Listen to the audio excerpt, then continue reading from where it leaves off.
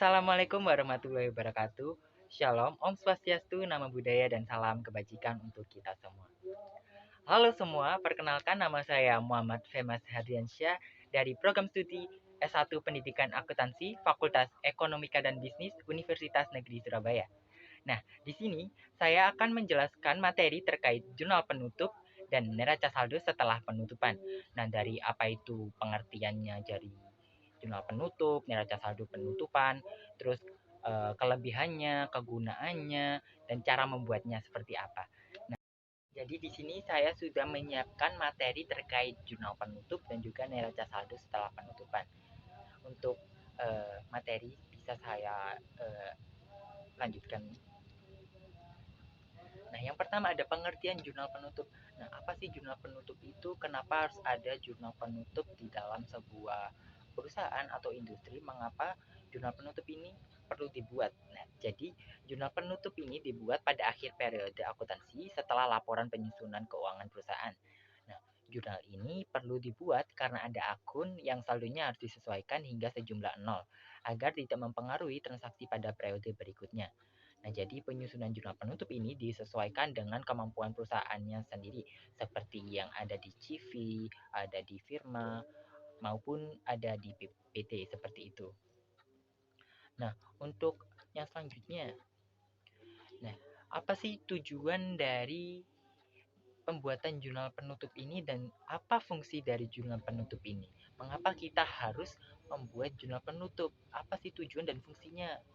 Nah, untuk tujuan utamanya adalah untuk menutup semua akun yang berada pada perkiraan sementara sehingga saldonya akan menjadi nol. Nah, jadi akun akun yang akan ditutup pada jurnal penutup ini akan menjadi saldonya nol sehingga pada neraca saldo setelah penutupan akun-akun yang sudah ditutup tidak akan masuk ke dalam neraca saldo setelah penutupan. Nah, untuk fungsinya sendiri dari jurnal penutup adalah mengumpulkan pendapatan dan juga mengumpulkan beban. Nah, jadi di dalam jurnal penutup ini akan menutup perkiraan-perkiraan akun yang akan ditutup, yakni ada pendapatan, ada beban, ada ikhtisar laba rugi, dan juga ada private.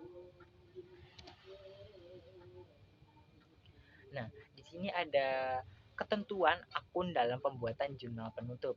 Nah, akun-akun apa sih yang harus ditutup di dalam jurnal penutup ini dan kenapa harus akun-akun tersebut gitu loh. Nah, jadi jurnal penutup ini dapat didefinisikan sebagai entry jurnal yang dibuat pada akhir periode akuntansi untuk menutup beberapa akun. Nah, akun-akunnya seperti akun pendapatan, akun beban, akun ikhtisar laba rugi, dan akun private. Nah, akun-akun ini akan ditutup sehingga pada neraca saldo setelah penutupan akan tidak ada di dalam neraca saldo setelah penutupan. Jadi ditutup sehingga saldonya itu nol. Memindahkan saldonya ke akun permanen dalam buku besar.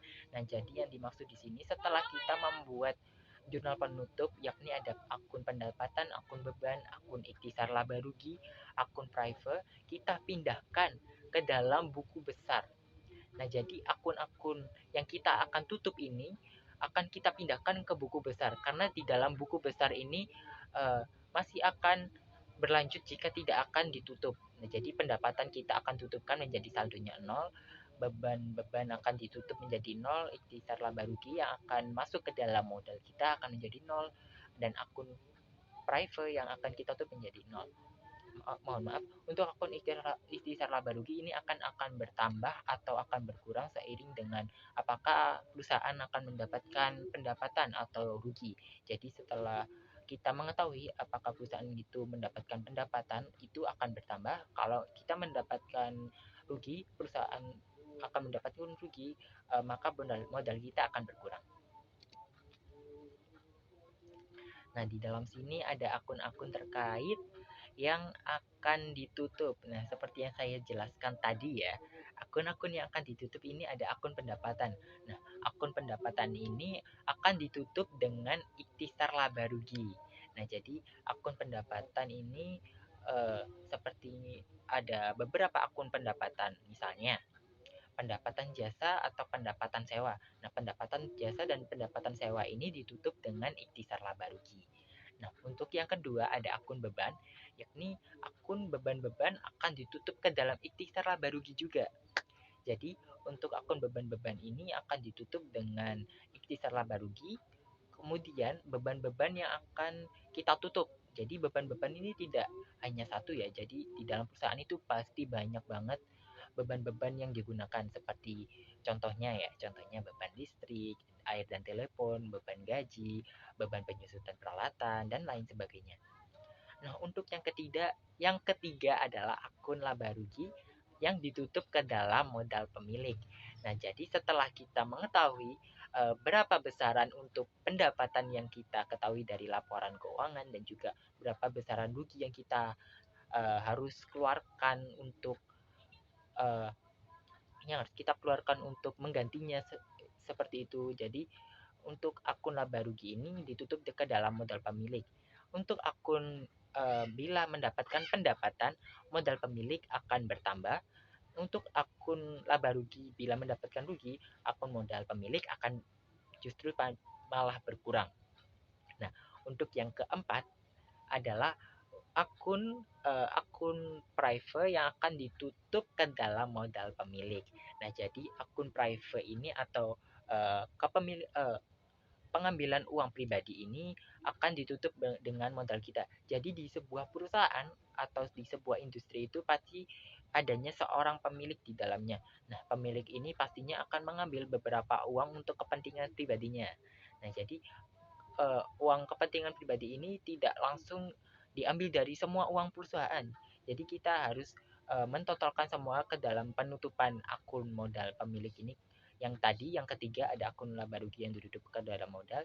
Nah, itu semua sudah termasuk pendapatan atau modal dari sebuah perusahaan. Nah, kemudian modal ini dikurangi dengan private kita atau pengambilan pribadi pemilik. Nah, jadi nanti modalnya itu dikurangi dengan uh, pengambilan uang pribadi kita seperti itu. Nah, di sini saya sudah mencantumkan contoh pencatatan dari jurnal penutup. Nah, di sini terdapat tabel yakni yang pastinya terdapat tanggal di dalamnya, terdapat keterangan untuk menutup akun-akunnya. Kemudian di sini ada akun debit dan juga akun kredit. Nah, untuk tanggalnya ini diisi sesuai dengan tanggal akhir periode tiap pembukuan atau tiap pencatatannya. Misalnya di tahun 2022 Desember. Jadi kita tuliskan di sini 2022 terlebih dahulu di akun yang ke kiri ini, kemudian bawahnya Desember. Kemudian untuk tanggal untuk jurnal penutup ini pastinya akan ada di akhir periode, yakni ada di tanggal 30 atau tanggal 31. Nah, untuk yang di sini, di sini saya sudah mengelompokkan menjadi 4 penutupan penutupan untuk jurnal penutup. Nah, akun-akun yang ditutup ini ada akun pendapatan, akun beban, akun ikhtisar laba rugi, dan juga akun private. Nah, untuk akun pendapatan ini eh, pendapatan pada ikhtisar laba rugi. Untuk menutup akun pendapatan kan yang awalnya dari akun kredit menjadi akun debit. Sehingga nanti di dalam buku besar akan saldonya nol. Nah, jadi pendapatan-pendapatan kita masukkan ke debit, terus kemudian ikhtisar laba rugi di dalam kredit. Nah, ikhtisar laba rugi ini dari jumlah semua pendapatan-pendapatan. Kalau misalnya di sini sudah saya contohkan, yakni ada pendapatan jasa, pendapatan sewa, dan pendapatan bunga. Nah, total dari pendapatan ini akan kita masukkan ke dalam ikhtisar laba rugi. Nah, yang selanjutnya adalah menutup akun beban. Nah, menutup akun beban ini pencatatannya dengan menggunakan ikhtisar laba rugi pada debit dan juga beban-beban pada kredit. Nah, untuk ikhtisar laba rugi ini diperoleh melalui total beban-beban. Nah, beban-beban ini sudah saya contohkan ada 3, yakni ada beban gaji, beban asuransi, beban utilitas. Nah, untuk beban-beban ini tidak hanya 3 ini saja, dan ini cuma contoh saja ya. Nah, untuk beban-beban ini masih ada banyak lagi. Jadi, kalau misalnya kita jumlahkan ke dalam ikhtisar laba rugi itu masih banyak. Nah, untuk yang ketiga yakni ada menutup ikhtisar laba rugi. Nah, untuk ada dua model nih di dalam menutup ikhtisar laba rugi. Kalau misalnya kita mendapatkan laba, pencatatannya yakni yang pertama ikhtisar laba rugi masuk ke dalam debit, dan untuk modal masuk ke dalam debit. Jadi bila kita mendapatkan pendapatan itu akan bertambah ke dalam modal kita. Nah, untuk pencatatan yang kedua yakni apabila kita mendapatkan rugi. Nah, kalau kita mendapatkan rugi, pencatatannya yaitu modal pada debit, ikhtisar laba rugi pada kredit. Jadi modal kita dikurangi dengan rugi yang kita alami, seperti itu. Nah, untuk yang terakhir adalah menutup private. Nah, untuk menutup private ini kita ambil dari modal yang kita jumlahkan tadi. Nah, untuk modalnya ada di sebelah debit dan juga untuk private-nya akan ada di sebelah kredit. Nah, untuk modal ini akan diambil sesuai dengan nominal dari private yang diambil. Baik, memasuki materi selanjutnya yakni ada neraca saldo setelah penutupan. Nah, neraca saldo setelah penutupan itu apa sih? Apa kegunaannya dari neraca saldo setelah penutupan? Kenapa harus ada neraca saldo setelah penutupan seperti itu? Nah, neraca saldo setelah penutupan ini atau post closing trial balance merupakan daftar keseluruhan saldo di akun real yang dibuat di akhir periode pelaporan suatu perusahaan. Nah, tujuan dari neraca saldo setelah penutupan ini adalah untuk membuat dan memastikan apakah nilai pengeluaran dan pendapatan seimbang dengan atau tidak pada saat penutupan buku. Jadi setelah kita menutup dari jurnal penutup, nah kemudian yang kita entry ke dalam buku besar. Kemudian dari akun-akun saldo yang sudah ditutup ini akan menjadi nol kan. Nah, untuk akun-akun yang tidak ditutup akan dimasukkan ke dalam neraca saldo setelah penutupan. Seperti itu. Nah, kelebihan dari neraca saldo setelah penutupan. Pada post closing trial balance hanya terdapat perhitungan piutang, aset, dan modal. Nah, sehingga di dalam neraca saldo penutupan itu tidak semua akun terdapat di dalamnya. Karena setelah kita tutup di dalam jurnal penutup tadi, menjadi akun-akun real saja yang terdapat di dalam neraca saldo setelah penutupan. Nah, di sini saya sudah menjelaskan Anda tidak akan menemukan pencatatan mengenai tentang pengeluaran, pemasukan, serta laba rugi karena sudah kita tutup tadi di dalam jurnal penutup. Nah, selain itu neraca tersebut juga berguna untuk memastikan dan menjaga perhitungan pada buku besar setelah seimbang atau belumnya. Jadi, neraca saldo setelah penutupan ini digunakan apabila keuangan ini sudah seimbang atau belum, misalnya di debit atau kredit. Kalau misalnya di dalam debit atau kredit masih belum seimbang, maka jurnal penutupnya masih ada yang belum ditutup seperti itu atau mengalami kesalahan dalam pengentrian. Nah, di sini saya sudah memberikan contoh pencatatan mengenai neraca saldo setelah penutupan.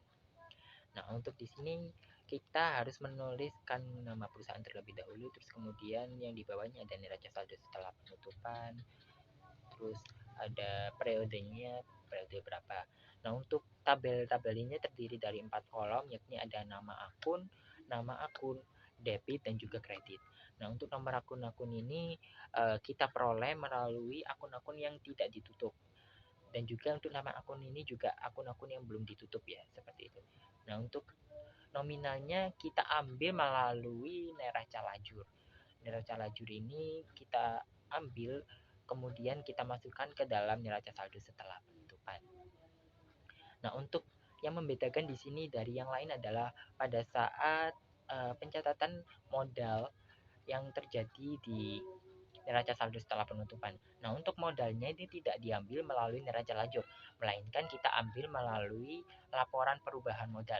Nah, jadi laporan perubahan modal ini sudah kita tambahkan mengenai laba atau rugi usahanya dan juga pengurangan atas pengambilan uang pribadi kita. Nah, lalu bagaimana sih cara membuat jurnal penutup dan neraca saldo setelah penutupan? Nah, untuk uh, membuat neraca saldo setelah penutupan dan juga jurnal penutup, kita akan pindah ke dalam Excel sehingga kita tahu cara membuat jurnal penutup dan juga neraca saldo setelah penutupan. Sini saya sudah menyiapkan tabel mengenai jurnal penutup dan juga neraca saldo setelah penutupan, dan juga ada transaksi-transaksi terkait mengenai jurnal penutup dan juga neraca saldo setelah penutupan. Nah, untuk akun pertama yakni ada menutup pendapatan. Nah, kita lihat dulu di sini akun apa yang harus ditutup ya.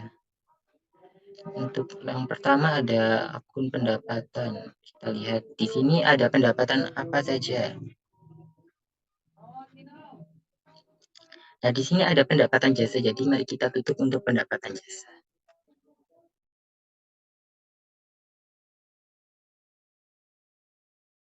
Ke dalam jurnal penutup.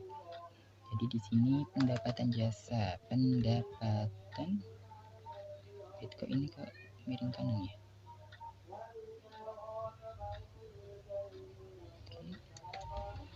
Pendapatan jasa pada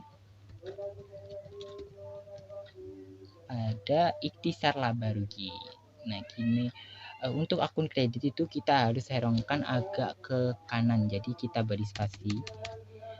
Ikhtisar laba atau rugi, kita singkat aja ya, L atau R. Nah, untuk refnya ini bisa diambil melalui neraca lajur. Nah, di sini sudah ada untuk akun pendapatan jasa, ini ada akun nomor akunnya 41 dan untuk ikhtisar laba rugi ini kita kosongkan dulu aja ya. Nah, untuk akun pendapatan jasa ini nominalnya berapa yang harus ditutup ke dalam buku besar. Nah, untuk memudahkannya kita bisa menggunakan rumus sama dengan, kemudian kita ambil melalui neraca lajur di bagian laba rugi usaha di sini ya. Untuk ikhtisar laba ruginya sama, jadi kita langsung ke sini saja. Nah, ini sudah menutup akun pendapatan jasa. Nah, kemudian akun pendapatan jasa ini kita tutup ke dalam buku besar. Ke dalam buku besar. Nah, di sini kita cari akun pendapatan jasa. Nah, di sini mana-mana tadi. Kita tambahkan kolomnya.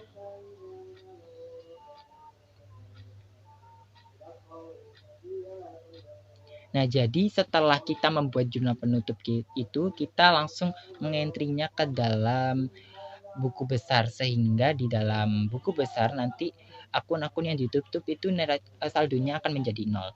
Nah, kita contohkan di sini jurnal penutup atau JP dengan nominal. Nah, nominalnya yang tadi kan pendapatan dulu pada ikhtisar laba rugi. Jadi debit sama dengan kita ambil pada tadi jurnal penutup. Di sini sama dengan, nah ini. Bentar. Sehingga akun-akun yang awalnya semulanya di kredit ini ditutup menjadi debit seperti ini. Nah, kita rumuskan, apabila kita rumuskan kredit dikurangi dengan debit akan menghasilkan berapa? Sebentar. Ini formanya salah. Dikurangkan dengan akun debit ini. Nah, sehingga akunnya itu menjadi 0. Nah, kemudian kita tutup akun-akun beban. Yang selanjutnya adalah menutup akun beban. Tanggal 31 nomor bukti kita tulis 2 aja. Untuk menutup beban-beban kita menggunakan akun ikhtisar laba rugi terlebih dahulu, kemudian kreditnya beban-beban yang ada di neraca lajur. Ikhtisar laba rugi. Ini kok miring ya? Ikhtisar laba rugi, kita singkat aja. Kemudian karena untuk mempersingkat waktu mungkin bisa kita salin aja ya di dalam neraca lajur. Nah, di sini terdapat ada banyak banget kan beban-beban, jadi tidak seperti yang tadi yang saya jelaskan, tidak hanya 3, jadi beban-beban itu banyak banget. Kemudian kita pindahkan ke dalam buku jurnal penutup. Ctrl V. Kok gak bisa ya? Ctrl C. kemudian kita kontrol paste. Nah, kita beri spasi ya. Untuk akun kredit itu diberikan spasi minimal 3 huruf atau berapa huruf setelah debit ya, sehingga kita bisa mengetahui akun ini termasuk akun debit atau kredit seperti itu.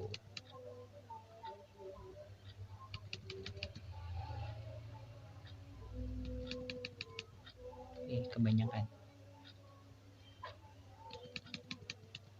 Nah, setelah kita memasukkan akun-akun ini, kemudian kita memasukkan nominalnya.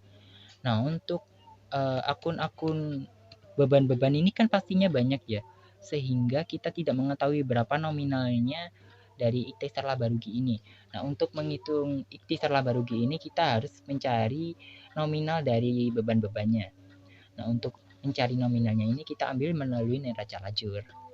Nah, kita menggunakan rumus sama dengan kemudian kita ambil beban gaji. Nah, beban gaji kan ini di debit ya. Untuk menutupnya kita akan kembali ke kredit. Jadi kita langsung ambil aja beban gaji di bagian laporan laba rugi ini di neraca lajur. Ini enter. Nah, sudah. Kemudian kita tarik garis ke bawah aja biar mempercepat. Langsung ada. Kemudian kita jumlahkan semua total beban-beban ini ke dalam ikhtisar laba rugi. Kita menggunakan rumus sum, kemudian kita tarik garis ke bawah sini, kemudian tutup kurung, enter.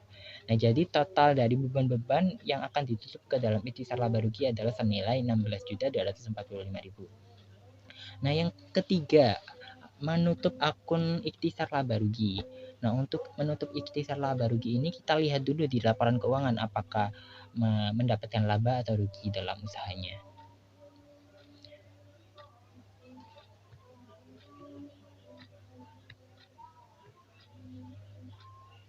Nah, di dalam laporan laba rugi ini terdapat akun laba, berarti kalau mendapatkan laba dalam usahanya kita menggunakan akun ikhtisar laba rugi pada modal.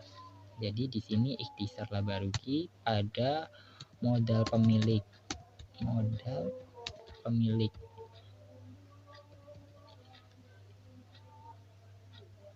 Nah, modal pemiliknya ini atas nama siapa ya kalau di neraca lajur? Kalau di sini modal pemiliknya dari modal Ricky Martin. Kalau misalnya sudah terdapat namanya, kita bisa langsung ganti aja. Modal Ricky Martin. Nah, untuk modal-modalnya ini kita ambil melalui laporan laba rugi usaha.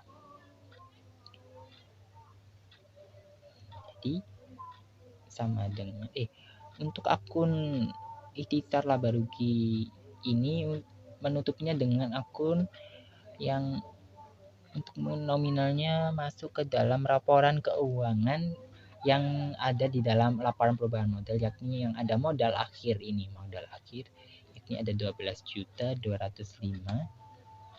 Nah, untuk nominalnya sama dengan ini 12.205. Kemudian akun yang terakhir ada akun untuk menutup private. Nah, untuk akun menutup private ini menggunakan modal kita untuk mengganti atas uang yang telah kita ambil. Jadi modal Ricky Martin pada private Ricky Martin. Sejumlah private yang diambil. Nah, kita ambil melalui neraca lajur aja. Neraca lajur ini di sini terdapat private Martin ini ada 1.750. Kita ambil melalui laporan posisi keuangan di neraca lajur. Nah, untuk nominalnya sama. Nah, setelah kita mendapatkan keempat-empat jurnal penutup dari pendapatan, beban-beban, ikhtisar laba rugi dan juga private, kita akan mentotalnya menjadi, nah di sini sudah tertera ada 51.400.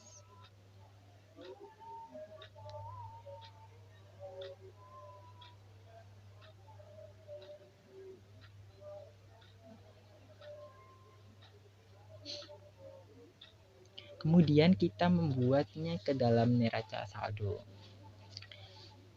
Nah, untuk ya, saya lupa tadi.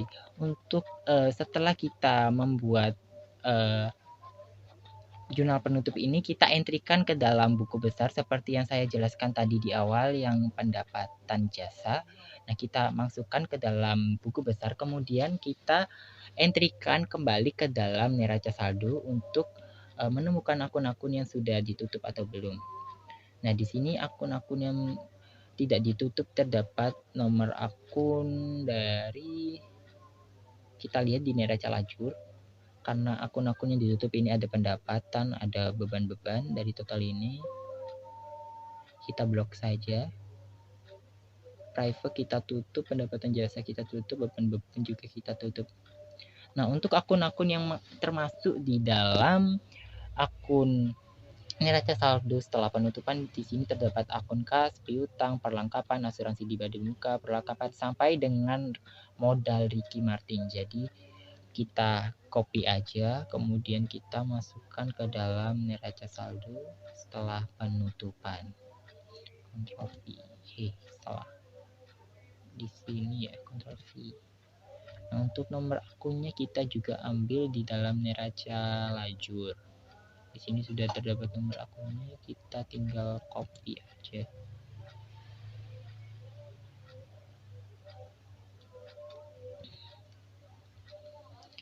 Nah, untuk akun-akun dari neraca saldo setelah penutupan ini kita ambil di dalam neraca lajur atau ke dalam buku besar juga bisa. Nah, ini sesuai dengan debit atau kreditnya di dalam neraca lajur. Nah, untuk kas ini masuk ke dalam debit, jadi kita memasukkan ke dalam neraca saldo setelah penutupan juga di dalam debit. Nah, untuk akun-akun yang di dalam kredit ini juga masuk ke dalam akun kredit di dalam neraca saldo. Kita masukkan. Kemudian untuk mempercepat, kita menggunakan plus ini, kemudian kita tarik ke bawah semua. Nah, kita sampai ke pendapatan diterima di muka. Nah, untuk akun modal ini didapat melalui jurnal penutup kita. Jurnal penutup kita ada 12.205, kemudian dikurangi dengan 1.750. Jadi kita ambil di ini masuk ke dalam akun kredit ya, ke dalam akun kredit sama dengan laporan keuangan dari akun modal akhir. Nah, kita jumlahkan apakah sama atau tidak. Nah, sudah kita ketahui totalnya ada 24.345.000. Nah, mungkin itu saja yang bisa saya akhiri. Wassalamualaikum warahmatullahi wabarakatuh.